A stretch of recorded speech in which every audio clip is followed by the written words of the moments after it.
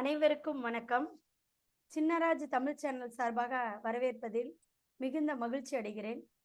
இன்றைய தலைப்பு என்னன்னு பார்த்தீங்கன்னா, பரமன் அடிகாட்டும் பக்தியில் கோதையின் காதல். இந்த கோதையின் காதலை பற்றி நமக்கு முதல் பகுதி, அதாவது பார்ட் 1ல் ஆண்டாள் தனபாக்கியம் தஞ்சாவூர்லேருந்து நம்மளிடையே மிகவும் அருமையான விளக்கங்களும் தெளிவான உரையாடல்களும் நம்மளிடையே நிகழ்த்தினாங்க. இப்போ அதோட பார்ட் 2 2ஆம் பகுதியே நம்மளிடையே உரையாட தயாரா இருக்காங்க. வாங்க தனபாக்கியம், ஆண்டாள் தனபாக்கியம் மேடம் வந்து உங்களோட உரையாடல்களை நிகழ்த்துங்க.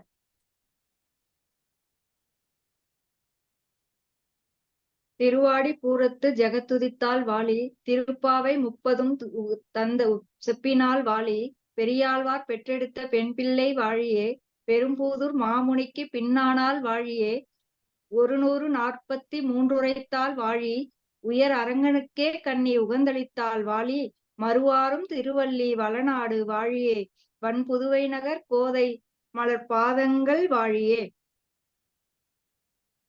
பரமனடி காட்டும் பக்தியில கோதையின் காதல் அப்படின்றதுல முதல் பகுதியில ஆண்டாள் பிறந்ததுனால நம்ம மதுரைக்கும் ஸ்ரீவில்லிபுத்தூருக்கும் தமிழுக்கும் தமிழ் மண்ணுக்கும் எவ்வளவு பெருமை. அத ராமானுஜர் கூட எவ்வளவு அழகா எடுத்து கொண்டாடி இருக்காரு, மகிழ்ந்து இருக்காரு. அப்பேற்பட்ட அந்த ஆண்டாளனுடைய அவதாரம் பார்த்தோம். அவங்க துளசி செடிக்கு அடியில வந்தாங்க.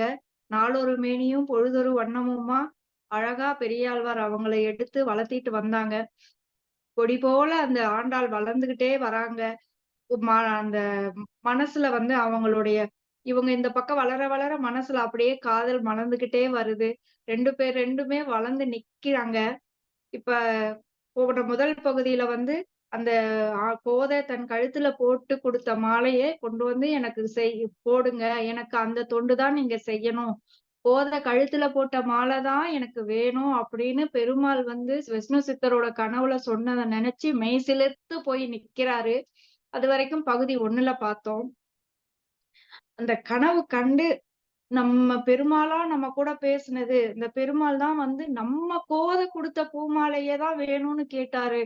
அப்ப நம்ம கையில மகளா தவழ்ந்து வளர்ந்து இவ்வளவு நாள் வளர்ந்து நிக்கிறது அந்த பூமாதேவியினுடைய அம்சமா அப்படின்னு சொல்லி மெய் சிலிர்த்து போய் அந்த பெருமாளுக்கு பிரியமானவளா இருக்க என் மகளையா நான் நேத்து திட்டுனேன், அந்த குழந்தையவா நான் வஞ்சித்தேன் அப்படின்னு நினைச்சு இன்னும் எவ்வளவு பெரிய தப்பு பண்ணிட்டோம் அப்படின்னு சொல்லி அந்த கோதையினுடைய பெருமையை நினைச்சு அப்படியே ஆனந்த கண்ணீர்ல அப்படியே அந்த அந்த கனவு கண்ட உடனே வடபெருங்கோயில் இருக்கிற திசையை நோக்கி அப்படியே வழிபாடு செய்துட்டு, பெருமாளே அப்படின்னு என்ன செய்யறது பண்றதுன்னு ஒன்னும் புரியல.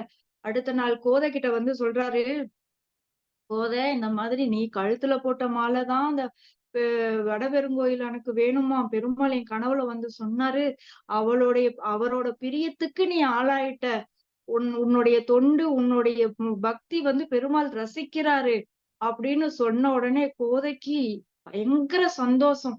அதுல இருந்து டெய்லி தினம் விஷ்ணு சித்தர் நந்தவனத்துல பூ பறிப்பாரு, பூ தொடுப்பாரு, அது ஆண்டாள் கழுத்துல போட்டு அதுக்கப்புறம் ரசிச்சுட்டு இது ஊர்ல ஸ்ரீவில்லிபுத்தூர்ல இருக்கிற எல்லா தோழிகளுக்கும் தெரிஞ்ச உடனே எல்லாரும் அப்படி புரணி பேசுறாங்களாம். உனக்கு தெரியுமா, ஆண்டாள் கழுத்துல போட்ட மாலையை தான் பெருமாள் போட்டுக்கிறாராமா, ஆண்டாள் போட்ட கழுத்துல இருந்ததுதான் அவருக்கு வாசனை வருதாமா, அதனாலதான் இவ்வளவு சூடி கொடுத்த சுடற்கொடியான்னு எல்லாம் சொல்றாங்களாமா. உனக்கு தெரியுமா, அப்படி தெரியுமா, இப்படி தெரியுமான்னு அவங்க தோழிங்க எல்லாம் அப்படி புரணி பேசுறாங்க. அப்போல இருந்து இவருக்கு கோதைக்கும் சூடி கொடுத்த சுடற்கொடியான்னு பேரு வந்துருச்சு. பெரியாழ்வார் வேற கோதையா நம்ம கையில எடுத்து வளர்த்துனது வேற யாருமே இல்ல, அந்த பூமாதேவியினோட அம்சம்தான் நினைச்சு அந்த கோதைய இன்னும் நல்ல சிரத்தையோட பக்தியோட ஆழ்ந்த பக்தியோட தன் மகளா நினைச்சு வளர்த்திட்டு இருக்காரு கோதை பெருமாள். அவர் சொல்றாரு, அம்மா கோதை, அந்த பெருமாளுடைய பக்திய பிரியமாத்துக்கு நீ ஆளாயிட்ட, அந்த பெருமாளுக்கு உனக்கு புடிச்சு போச்சு, அதனால அந்த பெருமாளை நினைச்சு ஆயர்பாடியில இருக்க கோபியர் பெண்கள் எல்லாம் பாவை நோன்பு இருப்பாங்களாமா. அது இருந்தாக்கா கண்ணன் அவங்களோட பேசுவாராமா. கண்ணனுக்கு ரொம்ப பிடிக்கும், கண்ணன் கிட்ட போகணும், கண்ணன் கூட விளையாடணும், கண்ணனுக்கு பிடிச்ச மாதிரி இருக்கணும், கண்ணன் நம்மள ரசிக்கணும்ன்றதுக்காக அந்த கோபிய பெண்கள் எல்லாம் பாவை நோன்பு இருப்பாங்களாமா. நீயும் அந்த பாவை நோன்பு இருமா, கண்ணனுக்கு பிடிக்குமா அப்படின்னு சொல்லிட்டு சும்மாவே நம்மளுக்கு வந்து பகவான்னா ரொம்ப பெருமாள்னா ரொம்ப பிடிக்கும். இதுல பெரியாழ்வார் சொன்னதுனால கோதைக்கு ஓகே. எல்லார்கிட்டயும் கேட்டு ஆயர் குலத்துல அந்த கோபியர் பெண்கள்லாம் எப்படி அந்த நோன்பு இருந்தாங்க. அதே நோன்ப நம்மளும் இருக்கணும்னு நினைச்சு அந்த பாவை நோன்பு 30 நாள் நோன்பும் வந்து கோதை வந்து கடைபிடிக்கிறாங்க. அந்த பொ க கு கொ கொடி போல கோதை ஒரு பக்கம் வளர, வளர, வளர அவங்க மனசுல இருக்கிற காதல் அரும்பா இருந்து அப்படியே பித்து பிடிச்சு இருக்கிற அளவுக்கான ஒரு முக்தி நிலைக்கு வந்து காதல் வந்து வளர்ந்துருது. ஒரு நாள் வந்து பெரியாழ்வார் கோதைகிட்ட கேக்குறாங்க, "அம்மாடி பெரிய பொண்ணு ஆயிட்டம்மா, உனக்கு பருவம் வந்துருச்சும்மா, கல்யாணம் பண்ணணும்மா, உனக்கு பிடிச்ச மாதிரி சொல்லுமா, நான் நல்ல மாப்பிள்ளையா பார்த்து உனக்கு கல்யாணம் பண்ணி குடுத்துர்றேன். ஒரு தகப்பனுக்கு அதுதானம்மா ஒரு நான் கடமை" அப்படின்னு சொன்னவும், அப்பதான் வந்து ஆண்டாள் வந்து மனச திறந்து பெரியாழ்வார்கிட்ட சொல்றாங்க, "அப்பா என்னப்பா கேக்குறீங்க? மானிடருக்கு தான் என் வாழ்க்கைன்னா நான் வாழ மாட்டேன். நான் வாழ்க்கப்பட்டா அது அந்த பெருமாளுக்கு தான் வாழ்க்கப்படுவேன்" அப்படின்னு சொன்னோனே, "என்னம்மா சொல்ற? பெருமாளா? அவர் அர்ச்சாவதார மூர்த்தியா இல்லம்மா இருக்கிறாரு. அப்ப ருக்மணி காலத்துல, கண்ணன் காலத்துல ருக்மணி கூடவே இருந்தாங்க, வளர்ந்தாங்க, விளையாடுனாங்க, காதல் பண்ணாங்க, கல்யாணம் பண்ணிக்கிட்டாங்க. ராமர் காலத்துல சீதையும் கூடவே இருந்தாங்க, சுயம்பரத்துக்கு போனாங்க, வில்லு உடைச்சாங்க, சீதைய கல்யாணம் பண்ணிக்கிட்டாங்க. எல்லா அவதாரத்திலயும் அவதார புருஷர்கள் சமகாலத்துல இருந்தாங்க, கல்யாணம் பண்ணிக்கிட்டாங்க. நீ என்னம்மா அர்ச்சாவதார மூர்த்தி கண்ணன் இருந்தது துவாபர யுகத்துல, நீ இப்ப இருந்து எப்படிம்மா கல்யாணம் பண்ணுவ? என்னம்மா பேசுற?" அப்படின்னதும், "அதெல்லாம் எனக்கு தெரியாதுப்பா. நான் பெருமாள தான் கல்யாணம் பண்ணிக்குவேன். வேற யாரையும் நான் கல்யாணம் பண்ணிக்க மாட்டேன்" அப்படின்னு சொல்லி பிடிவாதமா சொல்லிடுறாங்க. பெரியாழ்வாருக்கு என்ன பண்றதுன்னு ஒண்ணும் புரியல. அப்படியே ஒரு நிமிஷம் அமைதியா உட்கார்ந்து, வடபத்திர சாயி பகவானே, உன்னை நம்பிதான் நான் இருக்கேன். உன்கிட்ட கேட்டுதான் இந்த கோதையை நான் வளர்த்தனேன். நீ சொல்லிதான் நான் வளர்த்தனேன்.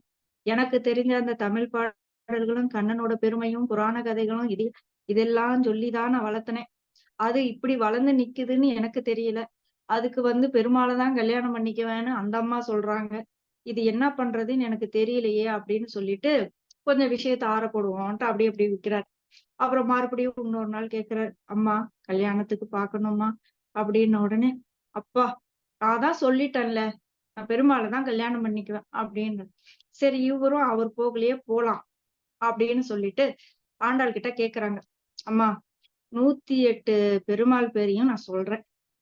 இந்த திவ்ய தேசத்துல இருக்கிற எல்லா பெருமாள் பேரையும் சொல்றேன். உனக்கு யார கல்யாணம் பெருமாள்னா ஒரு பெருமாளா இருக்காரு, 2 பெருமாளா இருக்காரு, கோயில் கோவிலா இருக்காரு. நீ யார கல்யாணம் பண்ணிக்கிற? உனக்கு யார புடிச்சிருக்கு? சொல்லு" அப்படின்னு கேக்குறாரு. தி தி சீனிவாச பெருமாளா? "ஆமாப்பா. எனக்கு அவர ரொம்ப பிடிக்கும்ப்பா. அவருதான்ப்பா எல்லாரையும் ரட்சித்து காத்து" புண்டரீகாட்ச "ஆமாப்பா. அவரு அங்க இருக்காருப்பா. அவரு மேலயும் எனக்கு பக்தி ஜாஸ்தி." ஒவ்வொரு பெருமாளையா சொல்ல சொல்ல சொல்ல சொல்ல அ சாரங்கப "ஆமாப்பா. அவருடைய கையில இருந்து வரக்கூடிய வில்லுல கருணமழை அவ்ளோ இருக்கும்ப்பா." இந்த மாரி ஒவ்வொரு பெருமாளுக்கும் சொல்ல சொல்ல சொல்ல சொல்ல ஒவ்வொரு பெருமாளையும் ரசிக்கிறாங்க. அப்புறமா அரங்கநாதனுக்கு வராரு. அரங்கநாதன சொன்ன பின்னாடிதான் கோதைக்கு வந்து, "ஆமாப்பா, இந்த அரங்கன தான்ப்பா நான் கல்யாணம் பண்ணிக்கணும். எனக்கு அவரதான்ப்பா புடிச்சிருக்கு" அப்படின்றாங்க. பெரியாழ்வாரா, அரங்கநாதன், "நீ கல்யாணம் பண்ணிக்கணுமா? சரி" அப்படின்னு சொல்லிட்டு வடபெருங்கோயிலுக்கு போறாரு. பெருமாளே, நீதான் சொன்ன, நான் வளர்த்தனேன், அதுவும் வளர்ந்து நிக்குது. அரங்கநாதன கல்யாணம் பண்ணிக்கோமா. நீயாச்சு, கோதையாச்சு. நீ எப்படி வந்து அவள கூட்டிட்டு போவியோ எனக்கு தெரியாது. என்ன ஆள விடுங்க சாமி. எனக்கு என்ன பண்றதுன்னே தெரியல. அப்படியே தலை சுத்துது எனக்கு. அப்படின்னு சொல்லிட்டு கோவில்லயே உட்கார்ந்துகிறாரு. உட்கார்ந்துகிட்டு இவரு ஒரு பக்கம் என்னடா இது கோதை இப்படி சொல்லிட்டாங்க. அச்சாவதார மூர்த்தியா இருக்காரு. இவரு எப்ப வந்து நம்ம பிள்ளைய கல்யாணம் பண்ணிக்கிட்டு போறது? நமக்கும் பெருமாளுக்கு சேவை செஞ்சுக்கிட்டே தான் இருக்கிறோம். நம்ம இவ்ளோ சேவை செய்றோம். ஒரு நாளும் அந்த பெருமாள் நமக்கு வந்து இப்படிதான், அப்படிதான் எதுவும் பண்ண மாட்டேங்கிறாரு. ஒரே ஒரு நாள் வந்தாரு. கழுத்துல இருக்கிற மாலை தான் வேணும்னாரு. குடுத்துட்டோம். இன்னும் என்ன இவங்களுக்குள்ள நடக்குது? எப்படி இவரு வந்து கல்யாணம் எனக்கு ஒண்ணுமே புரியல போ. எனக்கு விடை தெரியிற வரைக்கும் நான் இங்க இருந்து எங்கேயும் போமாட்டேன். அப்படின்னு சொல்லிட்டு கம்முன்னு பொறுப்பாச்சு கோதை. நான் இங்கேயே உட்காந்துக்கிறேன். எனக்கு வந்து வீட்டுக்கு போனா ஒரு மாதிரியா இருக்கு. நான் இங்கேயே இருக்கிறேன் அப்படின்னு சொல்லி வடபெருங்கோயிலாண்டயே வந்து சோர்ந்து போய் அப்படியே படுத்துடுறாரு. அப்ப மறுபடியும் வர்றாரு. யாரு? அந்த பெருமாள். இவருக்கு கனவுல வர்றாரு. வந்துட்டு என்னன்றாரு? விஷ்ணு சித்தரே, இவருக்கு ஏன் தெரியுமா விஷ்ணு சித்தர்னு பேரு? இவரோட சித்தத்துல விஷ்ணு எப்பவுமே இருக்காராம். அப்புறம் விஷ்ணுவோட சித்தத்துல இவர் எப்பவுமே இருக்காராம். இது 2மே மேட்ச் ஆகுறதுனால தான் இவர் பேர் விஷ்ணு சித்தர். விஷ்ணு சித்தர் கிட்ட வந்து, "விஷ்ணு சித்தரே" அப்படின்றாரு. இவரு, "சொல்லுப்பா, என்ன வேணும்? மாலை எல்லாம் காலையில போட்டேன். என்ன வேணும் சொல்லுன்ற" மாரி அப்படியே உட்கார்ந்துட்டு இருக்காரு. "ஒண்ணும் கவலைப்படாத. கோதைய நீ ஸ்ரீரங்கத்துக்கு கூட்டிட்டு வா. நான் வந்து கோதைய வந்து நான் கல்யாணம் பண்ணிக்கிறேன்." அப்படின்னு சொல்றாரா? இவருக்கு வந்து என்னடா யார்ரா சொன்னது? யார்ரா சொன்னது? அப்படி சுத்தி முத்தி பாக்குறாரு. ஒரு பெருமாள் மறுபடியும் வந்து நமக்கு சொல்றாரா? ஒருவேளை கல்யாணம் பண்ணிக்குவாரோ? நமக்கு தான் அது எப்படின்னு தெரியலையோ அப்படின்னு நினைச்சிட்டு நம்ம பிள்ளை நம்ம கையில தூக்கி வளர்த்துன பிள்ளை நம்ம கண்டெடுத்த பிள்ளை பெருமாளுக்கு பாத்திரமாக போகுது பெருமாள் மனமும் வந்து ஏத்துக்க போறாரு அப்படின்னு நினைச்சு இது யார்கிட்ட சொல்றது எப்படி சொல்றது என்ன பண்றது நடக்குமா நடக்காதா சித்த பிரம்ம புடிச்ச மாதிரி வேக வேகமா போறாரு அம்மாடி கோதைன்னு வீட்டுக்கு போகும்போதே கோதையை கூப்பிட்டுக்கிட்டே போறாரு கோதைய கூப்பிட்டுக்கிட்டு போய் கோதை இந்த மாதிரி பெருமாள் வந்தாருமா கண்ணா என் கனவுல சொன்னாரு சாமி நம்ம அரங்கநாதருக்கு தரிசிக்க போறோம் அப்படின்னு சொன்ன உடனே இந்த பெருமாள் எப்பேற்பட்ட மாயாவி பாருங்களேன் இவன் விஷ்ணு சித்தர்கிட்டயும் சொல்லிட்டாரு அதே மாதிரி பாண்டிய வல்லபதேவன் கிட்டயும் அவர் கனவுல போய் ஹலோ மன்னன் எந்திரிங்க அப்படின்ற மாதிரி சொல்லி இந்த மாதிரி வந்து ம- நல்ல அலங்காரத்தோட நல்ல பரிவாரங்களோட ஒரு நல்ல பல்லக்குல கூட்டிக்கிட்டு ராஜ மரியாதையோட என்னோட கோதைய விஷ்ணு சித்தர் வளர்த்திக்கிட்டு இருக்காரு அவரை கிட்ட போய் அந்த குழந்தைய கூட்டிட்டு வரீங்க நான் வந்து அவங்கள வந்து கல்யாணம் பண்ணிக்க போறேன் அப்படின்னு சொல்லி வல்லபதேவன் மன்னன் கிட்டயும் சொல்லிடுறாரு வல்லபதேவனுக்கும் என்ன பெருமாள் வந்து இப்படி சொல்லியிருக்காரு நம்ம போய் உடனடியா போய் விஷ்ணு சித்தர் வீட்டுல போய் கோதைய வந்து கூட்டிட்டு வரணும் அப்படின்னு சொல்லிட்டு அடுத்த நாள் காலையில எல்லாரும் அவர் மன்னர் இல்லையா எல்லாமே அந்த தேரு அது இதெல்லாம் பூட்டிக்கிட்டு பயங்கர ராஜ மரியாதையா அவங்க இவங்க எல்லாரையும் கூப்பிட்டுக்கிட்டு ஒரு பெரும் படையோட வர்றாரு வந்து விஷ்ணு சித்தர் அப்ப வீட்டுல இருக்கிறார் வீட்டுல இருக்கும்போது வந்து பார்த்தா ஒரு ராஜா மாதிரி எல்லாம் வர்றாங்க உடனே கோதையை கூப்பிடுறாரு அம்மாடி கோதை இங்க பாருமா உன்னை கூப்பிடுறதுக்கு அரங்கநாதன் வந்து அரசனையே அனுப்பி இருக்கிறாங்க அவங்க ஆட்கள் எல்லாம் வந்திருக்கிறாங்க உன்னை ராஜ மரியாதையோட கூட்டிட்டு போறதுக்கு வராங்களாமா அப்படின்னு சொன்ன உடனே அப்பதான் கோதை பெரியாழ்வார்கிட்ட போய் சொல்றாங்க அப்பா அப்பா இதெல்லாம் நிஜமா நடக்குதாப்பா நான் கூட ஒரு நாள் கனவுல கண்டேன்ப்பா அதாவது அந்த நாரணன் நம்பி இருக்காருல்ல அவரு வந்து அப்படியே வாரணம் ஆயிரம் எல்லாம் சூழ வலம் வந்து கையில பொற்குடம் எல்லாம் ஏந்திக்கிட்டு சுத்தீவர தோரணம் எல்லாம் கட்டி மத்தளம் எல்லாம் கொட்ட அந்த சங்கு நாதங்கள் எல்லாம் முழங்க இவர்கள் எல்லாம் சூழ்ந்திருக்கிற அந்த நம்பி வந்து என் கைத்தலம் பத்திர மாதிரி நான் கனவு கண்டனே அது நடக்க போதாப்பா அப்படின்னு சொல்லி அந்த பெரியாழ்வார்கிட்ட கேக்குறாங்க பெரியாழ்வார்க்கு அப்படியே அந்த நம்ம குழந்தையோட கனவெல்லாம் நடக்குது நம்ம நம்ம தமிழால பாசுரங்களாலும் அந்த கண்ணனுடைய பக்தியையும் சொல்லி வளர்த்தி ஊட்டி ஒரு குழந்தை வந்து அந்த குழந்தை அந்த பக்தியில வளர்ந்து அந்த பக்தியை இறைவனிடத்துல காட்டி அந்த பக்தியை உகந்து ஏத்துக்கிட்டு நம்ம பொண்ணு அந்த பெருமாள் ஏத்துக்கிறாரா அப்படின்னு அந்த பூரிப்புல அந்த பெருமாளுக்கு அந்த பெரியாழ்வாருக்கு அந்த ஆனந்த கண்ணீர் அந்த அவங்க அப்பாவோட சந்தோஷத்தை பார்த்து அந்த ஆண்டாளுக்கு வந்து நம்ம கனவெல்லாம் நனவாக போகுதா அப்படின்ற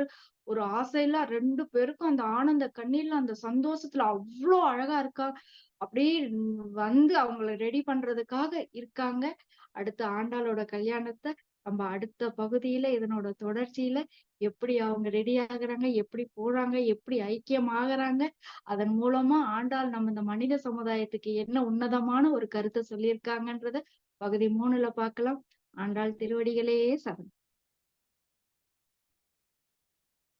வணக்கம் மேம். ரொம்ப அருமையா இருந்துச்சு, தெளிவா இருந்துச்சு உங்களோட உரையாடல்கள். ஆண்டாள், அந்த ஆண்டாளோட அந்த உலகத்துக்கே எங்களை எல்லாத்தையுமே உங்களோட சேர்த்து கையை பிடிச்சு கூட்டிட்டு போய் உட்கார வச்சு அத அப்படியே தெளிவுபடுத்தி காட்டுன மாதிரி இருக்கு. இது எல்லாமே என்னன்னா, கண் முன்னாடி நடக்கிற ஒரு உரையாடல்கள், ஒரு நிகழ்வுகளா தெரிஞ்சது உங்களோட உரையாடல்கள். ரொம்ப அருமையா இருந்துச்சு. கண்டிப்பா நம்ம இணைந்திருப்போம். இவங்களோட பகுதி 3ல நம்ம பார்ப்போம். இவங்க அடுத்த பகுதியில நமக்கு என்ன மாதிரி தெளிவுகள சொல்றாங்க, அந்த ஆண்டாள பத்தி அப்படிங்கிறத கண்டிப்பா இவங்களோடயே சேர்ந்திருப்போம். சின்னராஜ் தமிழ் சேனல்ல நம்மளிடையே நிறைய நிகழ்வுகள் நடக்குது. குழந்தைகளுக்கான பாட்டு போட்டி, கவிதை போட்டி எல்லாமே நம்மளோடது நடக்கும். கண்டிப்பா நம்மளோட அ வாட்ஸ்அப் குரூப்ல இத பத்தியான நிகழ்வுகள் எல்லாமே வரும். நீங்க அதுல சேர்ந்துக்கோங்க. அத பத்தியான தொடர்புகள்லாம் வரும். தொடர்புக்கு நம்பர்லாம் குடுப்பாங்க. நீங்க அவங்களோட ஜாயின் பண்ணிட்டு கண்டிப்பா இதுலலாம் நீங்க எல்லாருமே கலந்துக்கிடணும்னு நான் நினைக்கிறேன்.